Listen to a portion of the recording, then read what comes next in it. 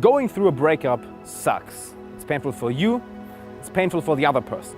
The worst thing is, most people deal with breakups in the wrong and very unhealthy way. They try to depress and numb their emotions, and they're not willing to look at the emotional wounds and to heal them in a proper way. And if you are somebody who is walking around with these emotional wounds and who's not willing to look at this, well, this will sabotage your whole life, your happiness, your career, your friendships, your future relationships. And in order for you to not make this mistake, I recorded this video for you, in which I will show you a 3-step process how to not just get over a breakup, but how to actually prosper from it. So I would say, let's get right into it. So let's talk about breakups, I guess. How to get over a breakup, this painful event that we all have to go through at some point in our life, or at some points. For some people it happens quite a lot, for some people it happens, well, not that often. And first of all, thank you for tuning in. I'm Alex. I'm glad you're here and sharing your attention with me, and hopefully I can give you some advice through this video, because all I'm going to do here is pretty much share my journey from my last breakup, which happened around 3 to 4 months ago. And I'm going to share with you a 3-step process how I got over this breakup and how you can actually implement this in your life. And the 3 steps are called MVP. And now it's not most valuable player. We'll get to those 3 abbreviations in a minute, and also have a bonus step, a 4th bonus step at the end, so you definitely should check this one out. And a little backstory: a couple of months ago I broke up with my girlfriend after thinking about it quite a lot. It was actually it was a decision that I was really dreading to make. I didn't want to do it, and you maybe are at this point right now and you're thinking about, oh God, how am I going to do this, and how am I going to survive the pain afterwards? Or maybe you just broke up, maybe somebody broke up with you, your heart got broken, and you're looking for some guidance, for a path to, well, get through this, let's face it, fucking terrible time, because it feels like a part of you just gets ripped out. You suddenly have this huge wound somewhere and it needs to heal, of course. And with this said, we're at the first abbreviation, the M of MVP. Mourning, the mourning phase. And this is something you should allow yourself to do. I see a lot of people who, after they break up with somebody or somebody broke up with them, the first thing they do is, well, they try to numb the pain. They try to suffocate the pain. They try alcohol, they try partying, they try sleeping and fucking around. They try to distract themselves in every way possible. And let me tell you, from what I've seen with myself and from what I've seen with clients and with friends, it's the worst thing you can do. The best thing you can do is actually allow yourself to mourn. Feel the pain. Allow yourself to actually feel the hurt. Feel that there's something suddenly missing in your life, and kind of embrace it. Because you have 2 options. Either you embrace it and you actually mourn and you will get over it in a couple of weeks or a couple of months in a healthy way, or you will try to suffocate the pain, you will try to numb it, and by this actually create something way worse. You will create, well, an untreated wound in your soul, if you want to put it metaphorically in a picture. You will have this wound and you're just putting this band-aid over it. Well, but that's not going to do jack shit. It's not going to do anything. It's actually going to make it worse over the long haul, because you're not willing to face your inner demons. You're not willing to face your inner wounds. So first of all, no distracting in terms of alcohol, in terms of drugs, in terms of partying, in terms of sleeping around. One advice that I hear a lot, especially for boys, for men, is GFTOW, go fuck 10 other women, right? That's GFTO, go fuck 10 other women. Yeah. Don't do that in the beginning, because this is just another way of actually trying to distract yourself, of actually numbing the pain, which will only lead to more pain in the future, right? There are always 2 consequences. There are always 2 sides of an action. The consequence in the 1st degree and the 2nd degree. The 1st degree, let's just go to a simple example. Let's say you eat a Snickers bar. The consequence of the first degree is, oh, it tastes good, it's amazing, I feel good right now. But the second degree is, I gained weight, I don't feel good about myself. And it's the same here. The first degree consequence in terms of distracting yourself, I don't feel the pain as much anymore. Whew, thank God. Second degree consequence, well, you have this untreated emotional wound inside your soul that can fester in there and can maybe, well, you develop some kind of neurosis and you have this untreated, well, mental thing that you're running around with, this untreated emotional mental thing that can pretty much destroy anything else in your life. Because, well, let's face it, if you have some unsolved issues, this will distract you in your career. This will affect your other relationships, your friendships. This will affect your own self-esteem and your relationship with yourself. So don't distract with sleeping with other women. Don't distract with drugs. Don't distract with partying. Actually, what you should do is something completely different. It's embracing the pain and actually talking about it and writing about it, actually expressing it. Not keeping it down, not depress it, right? If you ever looked at the word depression, you depress something, but actually express it. Talk to friends. Talk about everything. I mean everything. Every little detail that hurts, every little detail that you miss about him or her, every little detail that you think about, every thought that you think, every emotional pain, every up and down you have during the day, talk about it. And if you don't have somebody to talk about that right now, or let's say during the whole day, right? I mean, your friends are not available 24/7 as well, your family is not available 24/7 as well, then write about it. Write it, because all we need to do is get it out, get it out, get it out. Don't depress it, which, funny enough, is drinking alcohol, partying, sleeping around. It's also depressing, right? You want to depress this. No, I don't want to feel this. Express it. Start writing. Start talking to friends, start talking to acquaintances, start talking to your parents, to brothers, sisters, to your team, to your colleagues, to your employer, whoever is willing to listen, whoever is willing to have an open mind, have an open ear for you. The first thing I did, I called one of my best friends and mentors, Torsten, who I probably will record a lot of videos on this channel with as well. And we pretty much, the first day, we went out and we just talked. Or, well, it's called I talked. He was sitting there and he was listening. I pretty much just talked for hours. I think we met at 9 in the evening when I broke up, and we talked until 3 or 4 in the morning. And when we were done, I called my mom and I talked to her. I called my dad. I called one of my other best friends and just talked and talked. It helps you also not to feel this alone, because it's this, how do I best describe it? This insane emptiness that is suddenly there, and you try to fill it with anything else, it doesn't work. Because the woman or the man that you just broke up with, or that broke up with you, that's the person that's missing, and nobody else can fill this void, this emptiness right now. Well, let's not call it emptiness, let's call it this wound. Nobody can heal this wound right now, right? Only the one person. Actually, they can't even heal it, because then you wouldn't have broken up. The second thing you should do is start writing.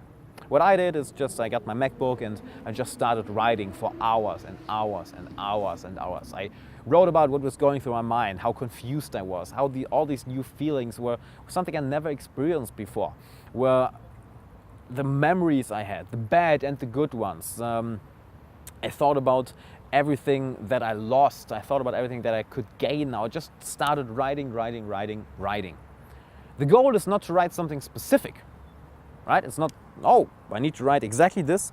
No, the goal is just to express, just to get all of this out. Imagine it's like a cleansing of your emotions, a cleansing of your mind, a cleansing of the pain. You just write it out, you talk it out, and don't try to depress it like everybody else. That's the worst thing. I don't know how this got into mainstream, that the way you deal with a breakup, the first thing you do is to get drunk, to numb the pain.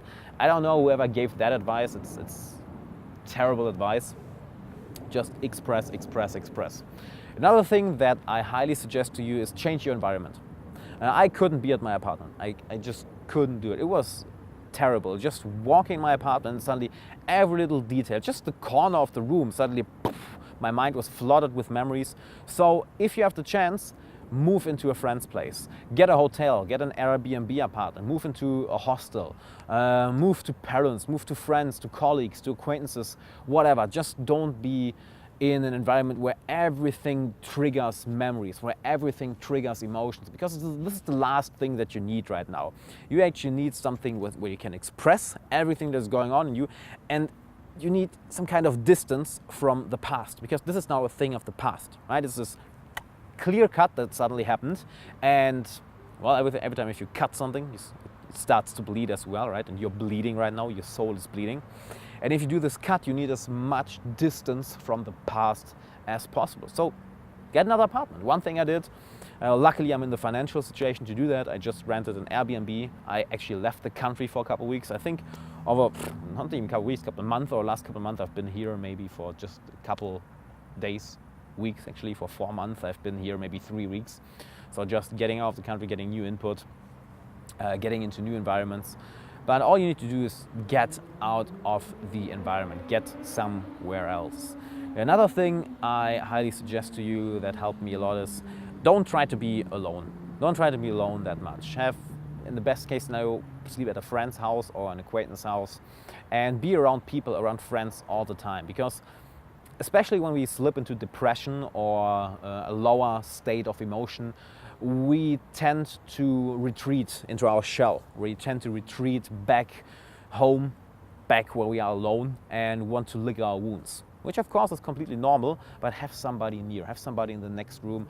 That's just so that you know, hey, if I need somebody to talk right now, I can do that. And yeah, I want to be alone, but I kind of don't want to be all alone, right? Because always this interesting dissonance going on inside of us. On the one side, we want to be alone, we want to retreat in our cave and take care of our wounds, but on the other hand, we want to have our loved ones around us. We want to have people around us who nourish us, who can help us actually deal with this mourning phase, with the first phase. Therefore, don't be alone, or minimize being alone. Another thing that is very important, no contact to your ex at all for 6 months. Nothing. Zero. Not a text message, not going on their Instagram profile, on their Facebook profile, not going through your old messages, through your old photos, not having any contact, removing anything that reminds you of them, removing anything that triggers something inside you. Even remove stuff from your home where they maybe have a toothbrush or some clothes or whatever still at your place. Get in a bag, put it somewhere so you don't see it every day, because it's pretty much like a wound is trying to heal, and every day you come around with a knife and you cut it a little bit. Like, oh, let me just look at their Instagram profile. Let me just look at their Facebook. Let me just look through my old pictures. Let me just call them real quick. Let me just look at my old messages. It's every time a little cut to the wound tries to heal. So no contact at all. It's actually for the benefit of both of you. I mean, think about that. Think about the other person. They are hurting as much as you. They are actually hurting a lot. Maybe they're hurting even more, depending on who break up with whom or how the breakup went. So don't make it any more difficult for them by having contact with them, by being in touch with them, by talking to them, by, well, sending them messages or whatever. No contact whatsoever.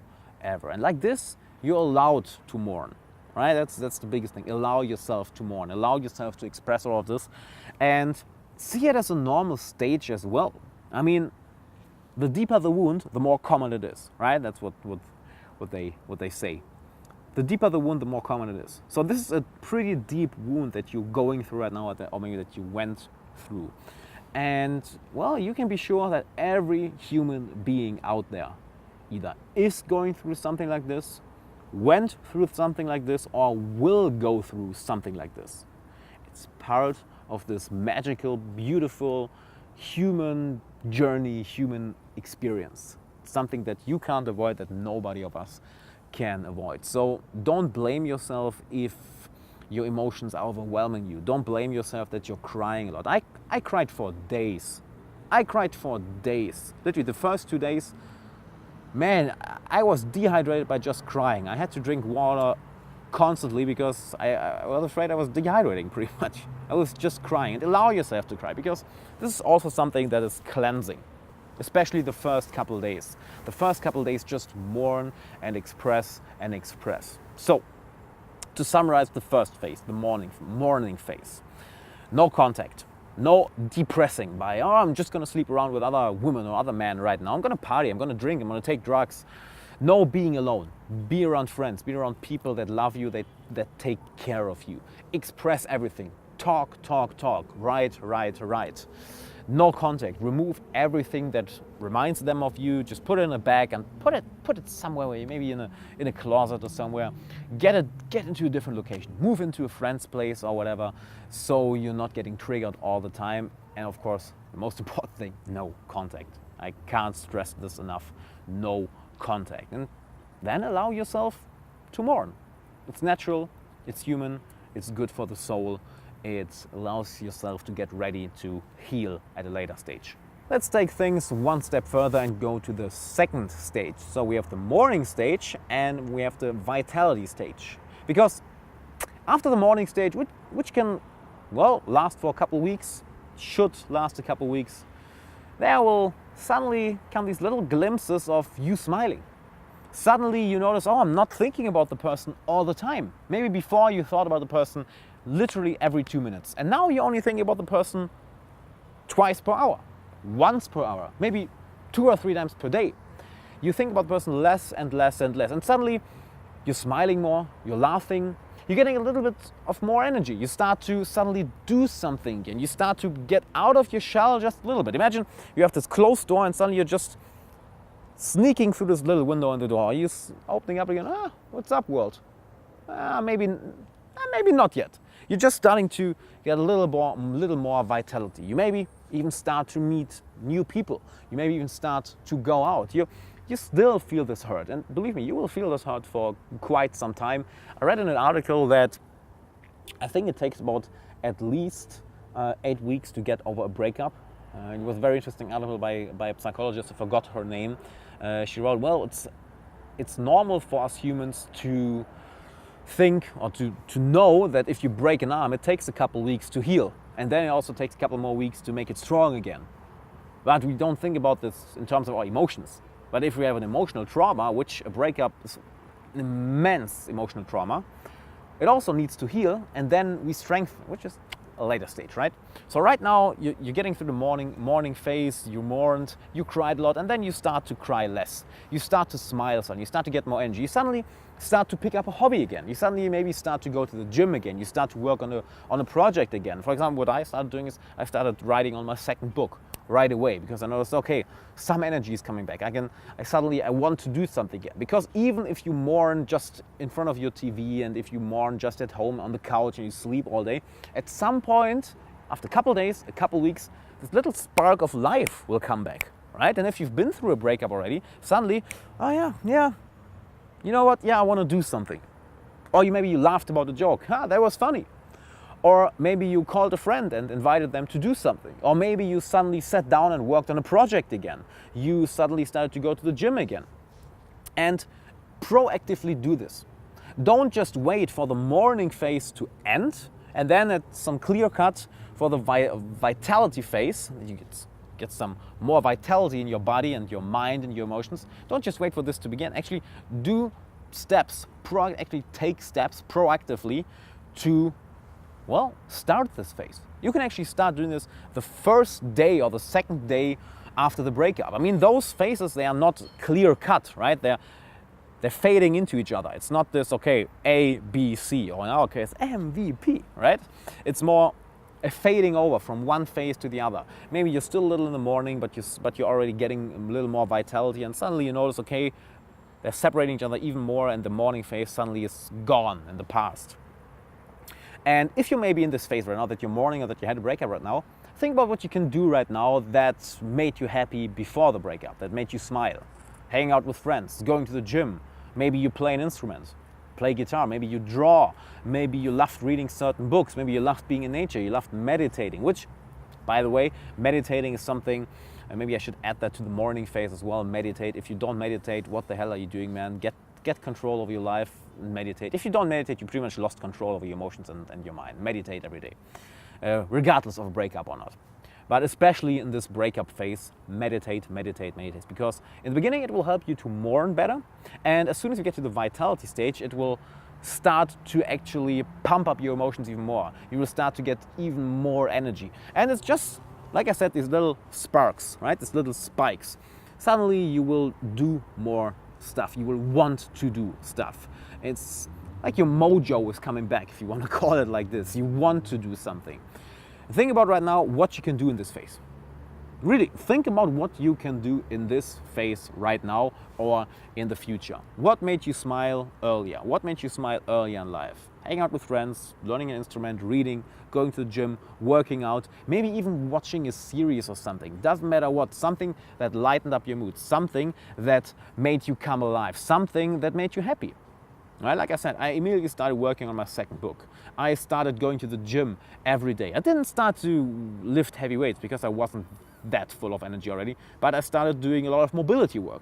I started doing some calisthenics. I started doing just some rowing on the rowing machine, right? To get the blood flowing, to get into a habit of actually doing something, to not just be this passive victim anymore, because let's face it, some people drag the mourning phase way too far, right? You meet them 3 months after breakup and they're still, I can't do it, man. Think about, well, okay, 3-4 months later, maybe you should be over this phase and actually start doing something with your life. So just get out of your shell, small, one step at a time. And with this said, very important mindset, don't overexhaust yourself, if you can say that. Don't exhaust yourself, overexhaust yourself. Take little, small baby steps. Just one thing. Say to yourself, okay, I'm going to the gym. But don't expect to lift heavy weights or to have the most insane workout ever. Go to the gym and do some push-ups, do some pull-ups, maybe do some rowing, do some mobility, some stretching, and go home. Do a small thing. Or just tell yourself, all right, I'm just gonna take a walk for 20 minutes through nature, just to do something, just to get out of the house. Or you know what, I'm just gonna go to a party at a friend's house for an hour, and then I'm gonna go home. I don't want to party all night, I just want to be there for an hour, talk to some people, and then go home. You do these little small baby steps, because one interesting thing starts to happen. You suddenly remember what life felt like before the breakup, before you felt bad. You remember, oh yeah, right, working out was fun, I was feeling good.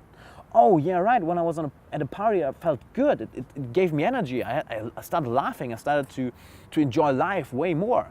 You start to remember these little bursts of life that suddenly light up in you, right? Suddenly your soul starts to shine a little bit, just a little bit. Imagine this little piece of coal that is burning. There's still some fire in there, and this is suddenly starting to glow again. Just one burst after the other. And guess what happens with this? You start to build up momentum, right? You do one step, the next step, the next step, the next step, the next step, the next step, the next step, the next step, and all these little baby steps over a couple of days, over a couple of weeks start to add up. Right? They're all just 1%, but over time you get more energy, you get more and more vitality, and you start to feel like yourself again.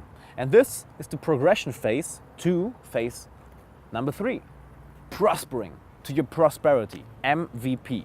Because I know this is gonna sound weird at some point, but a breakup, if it's the right breakup, is the best thing that will ever happen to you.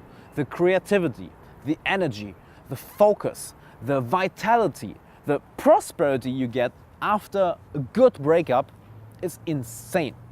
You will be at a complete next level. And a lot of my mentors, a lot of my friends, a lot of friends who are 10 or 20 years older than me, they all told me this. Hey, all right, I know this sucks right now, it's terrible, but I'm glad for you, I'm happy for you, I'm glad you made this step, I'm glad you're in this situation right now. And I'm just sitting there crying like a little girl, what the fuck are you talking about?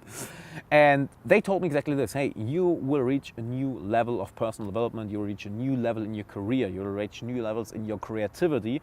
You will actually, after you, well, right, gained all this vitality, suddenly it feels like you're not driving anymore with one foot on your brakes. Suddenly the brakes release and vroom, all this energy that built up over weeks, over a month maybe in the relationship where you weren't happy, where something was stagnating, suddenly releases, and you're prospering in every stage, in every area. And this is the time to really, really, really step out of your comfort zone. Start tackling projects that you've been, well, slacking off on for months, for weeks, maybe even for years. Start implementing things. Start taking steps towards a goal or dream that you've been having for weeks, months, or maybe even years. Because this is the time where you will have the biggest probability of actually succeeding, of actually learning a lot. Because look at it like this in terms of neuroplasticity. You ripped a big part of your life out of your life, right? Your partner, your ex-partner, which of course also leads to a lot of rebuilding of neurological structures in there. And then after all this old stuff got rewired, let's call it like this, suddenly you have new energy to build these new neurological connections, and they will build way faster, they will connect way faster in this stage than in any other stage. So use it proactively, use it productively. Travel to new countries, start your business, start a new product, launch a new product, learn a new skill, do something creative, do something that you've been slacking off for so long. For me, this stage was insane. One thing that happened for me is I started writing I wrote a new book.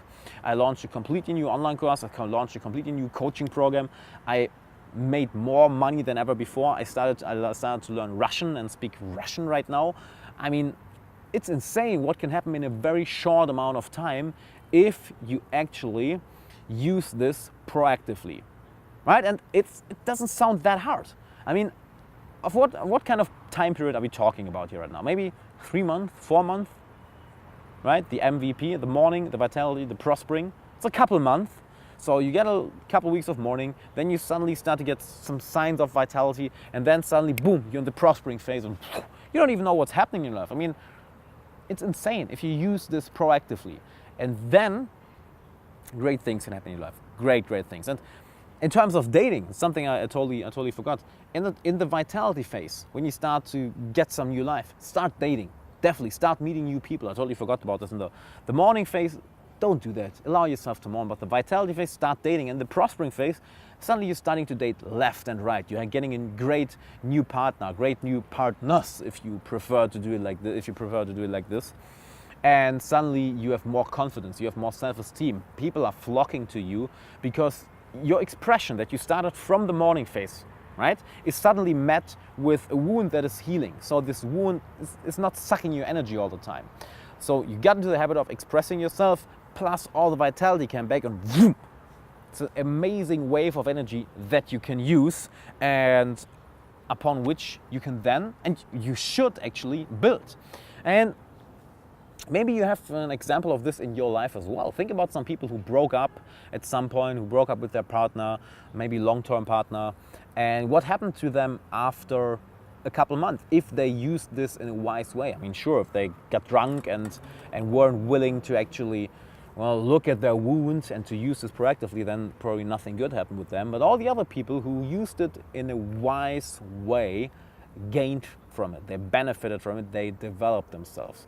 A good friend of mine, Waldemar, he actually broke up with his girlfriend from 10 years. Imagine being together with somebody 10 years and you break up.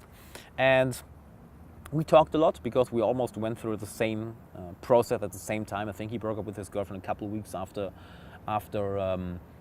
I broke up with my girlfriend. And it's very interesting because I pretty much could tell him and teach him everything that happened with me almost in real time, because everything I went through, he went through, I think 2 or 3 weeks later.